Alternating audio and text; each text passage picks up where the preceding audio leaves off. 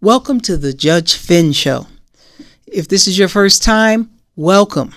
And if it isn't, welcome back. We sure hope you will subscribe, like us, share, and please, by all means, leave your comments. They're very important to us. Well, there's a couple of things I want to talk about that people do that really gives them away. And it goes not just for in a courtroom, it goes for politicians or anyone who's trying to convince you of something. Whenever a person comes to you and wants to convince you of something, but they begin to put other people down, that's their first move, that's a lie. That's somebody who wants something, who's trying to get over. And here's what I'm talking about.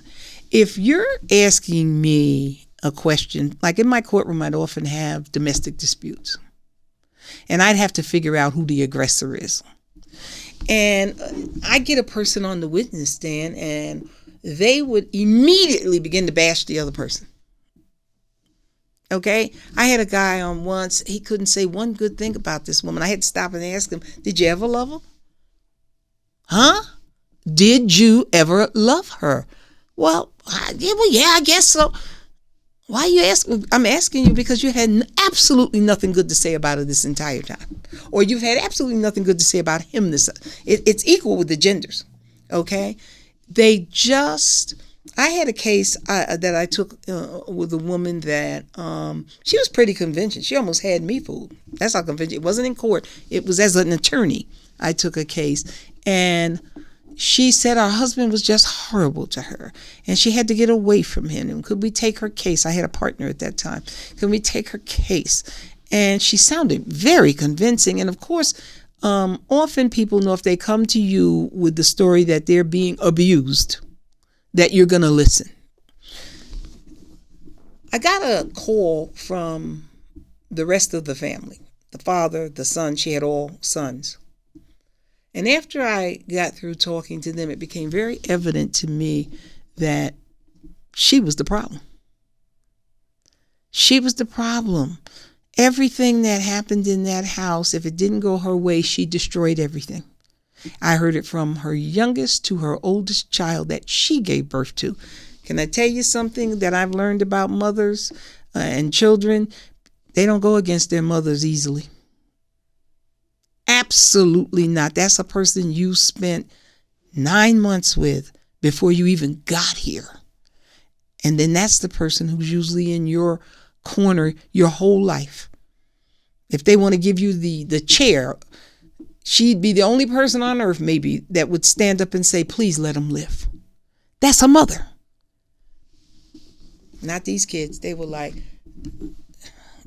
she's our mother and we've tried everything to get along with, but she really needs help.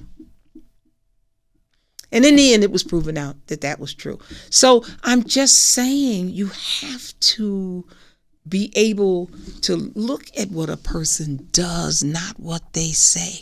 That's the other thing that'll tell you about the truth. Are they supposed to be telling you the truth, but everything in their demeanor, everything in the way they're acting says the opposite? Eye contact is a big, big tell. And now that's cultural, so you have to be careful with that because some people are taught in their various cultures not to make eye contact with people of authority, including their parents. If your parent is chastising you, your eyes must go down. So that is something that you have to be careful about. But often when people are lying, they just are looking everywhere but at you, particularly up to the left. Depending on whether they're right or left-handed, that might change. But they're looking everywhere but at you. Were you there? Excuse me, I'm over here. Well, I don't know. Not good. But don't take just one thing. Take other things and put it together with it. What I looked for was the whole package. Are you making eye contact? Are you belligerent from the jump? Are you trying to answer every question except the question that the lawyer asked you or I asked you? Do you refuse to just answer the question I asked you? What's today's date? Well, yesterday. No, excuse me. I didn't ask you about yesterday. I asked you today's date. Yeah, but I have to tell you what happened yesterday. No, sir, or no, ma'am, I'm not asking you about that. Yeah, but you need to know. See, that's a problem. That's a problem right there.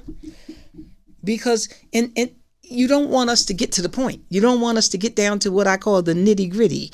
You don't want us to do that. So here's where we're going with authority in our country. Just build that up to those people. Build it up to politicians and think about the things they do. The next time you see a politician on a news show being interviewed and they ask them a question and they never answer it. Never. If they don't like the question, they go off to something else. They avoid it. Why do people avoid the truth? Ask yourself that. Why would you want to avoid the truth? You have to have your own judgment. I can make a judgment, right? But the most important judgments that will ever be made by you. And when you're looking at other people, your parents have been teaching you since the day you were born to understand how to protect yourself in this world. You have to know who you can trust. Isn't that the truth? You have to know who you can trust. And so I have to ask myself, when a person is testifying, I ask myself, would I trust this person? And there are some people I had to say I wouldn't trust them as far as I could throw them. So you got a liar sitting on the witness stand. Just everything about them screams, I'm not sincere. So most of us are pretty good judges of character right here. Right in the solar plexus is your center of truth. When you get that feeling in your stomach that something's not right? Have you ever had that happen to you? Where you just, maybe you were getting ready to go to a party and that night something said, I don't know. I just got a feeling. I don't know. That's your center of truth. It's trying to warn you that something is wrong. And so what I need you to do is to understand when you're talking to someone, look them right in the eye and see how long they can make eye contact with you. Don't make it belligerent. Don't make it like the guy who stood in court and stared at me and he just stared at me and I just didn't break the contact. But I didn't look at him the way he was looking at me. I just looked at him like I'm in charge. And so I don't know why you sitting there looking stupid, but you're going to have to still answer to me. I never moved my gaze. Never. And finally, he gave up. I only had to do that once in 20 years. He finally gave up. Why? Because I established my authority. And so you have to establish your authority, not as like a judge on a bench, but when you're talking to another human being, you have to protect your own entity and establish, I'm linking up here with you. Who am I talking to? I'm looking at new generations. And of course, I have a lot more behind me. Every 10 years, there's another group of them behind me. Being a 75-year-old soon in this world now and looking at what are basically like babies to me, they're so new. Even if you're 20 years old, you're new to this world. You've got another 80 years to live for a lot of you. You're going to live to be 100. I need you to start from the beginning knowing who you are, understanding how the world fits around you, not how you fit into the world. And here's what I mean by that. It fits around you. Don't be so quick to change because that's what everybody else is doing. How does it fit you? How does it feel? You got to try it on like a shoe. Does it pinch? Then it doesn't fit. Is it wobbly on your foot? Doesn't fit. They're doing too much. You don't want to go with them because that's not who you really are. You're a quiet person. They're loud. You're a loud person. They're too quiet. Figure out who you are, and then you will know how to deal with the rest of the world. I want to talk for a minute about something that's become very important to me in my own spiritual growth.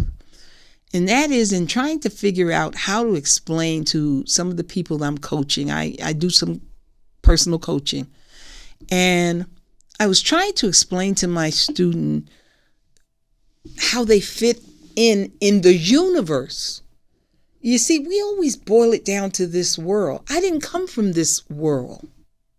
I came from somewhere else and came into this world. And you know damn well I'm going to leave. So are you. So while I'm here, I need to do whatever it is I came here to do. And I can't do that being someone else. I have to be me. I've always been me. I don't want to be you. And so what I found as I was coming through, people wanted you to conform. And I absolutely am not a conformist. How I ended up in law is beyond me. I am a rebel at heart. I want things to change. And that's what I came to earth to do. And I don't let people deter me from that mission.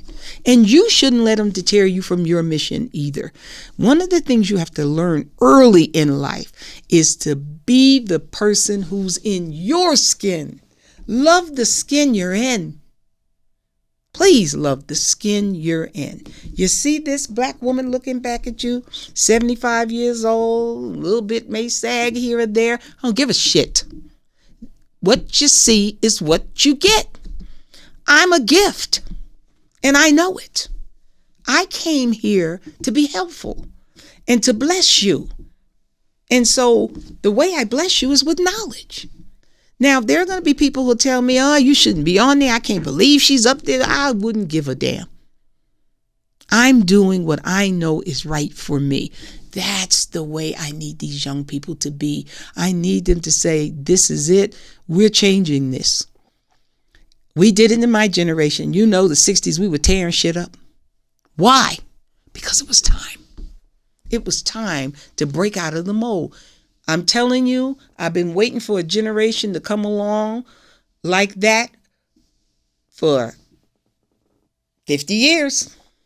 And they're finally here. I think they're going to do it. I think they're going to say enough. But you got to be able to come out of your hiding places, come out of the silos. You got to engage with other people, talk to them, and don't deal with the show. Everybody's putting on the show, the name calling. And now I got to see how I look and how they're going to feel about me. I don't give a shit how you feel about me. What I give a shit about is that you live and that you live gloriously. You can't do that when you have people with their foot on your neck. What I'd like to see in this world for our young people, and who I'm speaking of is young people or people who don't even know what I'm talking about because they just got here, they're babies. If they see this content 12 years from now, they'll be able to understand it. I'm talking to anybody who is on this earth. You're here for a reason, but our young people are our newest visitors. And they need to be able to do what they came here to do. And the best way to do that is to engage. You've got to put down your phone long enough to look somebody in the eye and tell them how you feel. We don't get enough of that. We need more social content. See, I came, and maybe I'm wrong. I don't know. I'm from a different generation. I came from a time where, you dance together. I remember when I was teaching at the college in the 90s, I started noticing people were dancing by themselves. And I thought, dancing is kind of a group exercise. You want to dance with somebody. Whitney Houston said, oh, I want to dance with somebody who loves me. I want you to get out there, dance with somebody, talk to somebody, visit with somebody, strike up a conversation with somebody. Take your face out of your phone for 2 minutes. I have people that I've almost hit because they're walking across the street with their face in their phone. They're not even watching the traffic. It can't be that serious. What's on? I've been digging in this phone for a few years now. I haven't found anything more interesting than you. That's why I'm here talking to you. And that's why I need you to talk back to me. Put your comments in. Talk to me. Share this information with someone. Start looking somebody in the eye and saying, you know what? Something's going on around here that I think we need to talk about. One of the easiest ways to tell what's happening with a person is to just look at them. Did they get nervous? That's another thing about the truth.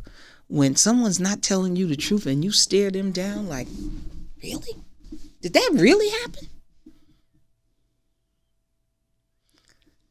They can't take it. They start, well, now we're getting to the truth. I need the younger generations to not make the mistake of being, we had a whole generation called the silent generation. I'll never be silent, ever. And you shouldn't be either, because it's your world. It's all yours. It's going to be left to you, but it's going to be left to you in shambles if you don't stand up and say, no, we don't want it that way anymore. We want clean ocean. You know, we tell our children, don't get caught up with bullies. Let us know if you're being bullied. I don't want you bullied. And yet we have a man in the White House bullying us. Why do we do this? But let me say this to young people who may be or find themselves the victim of a bully.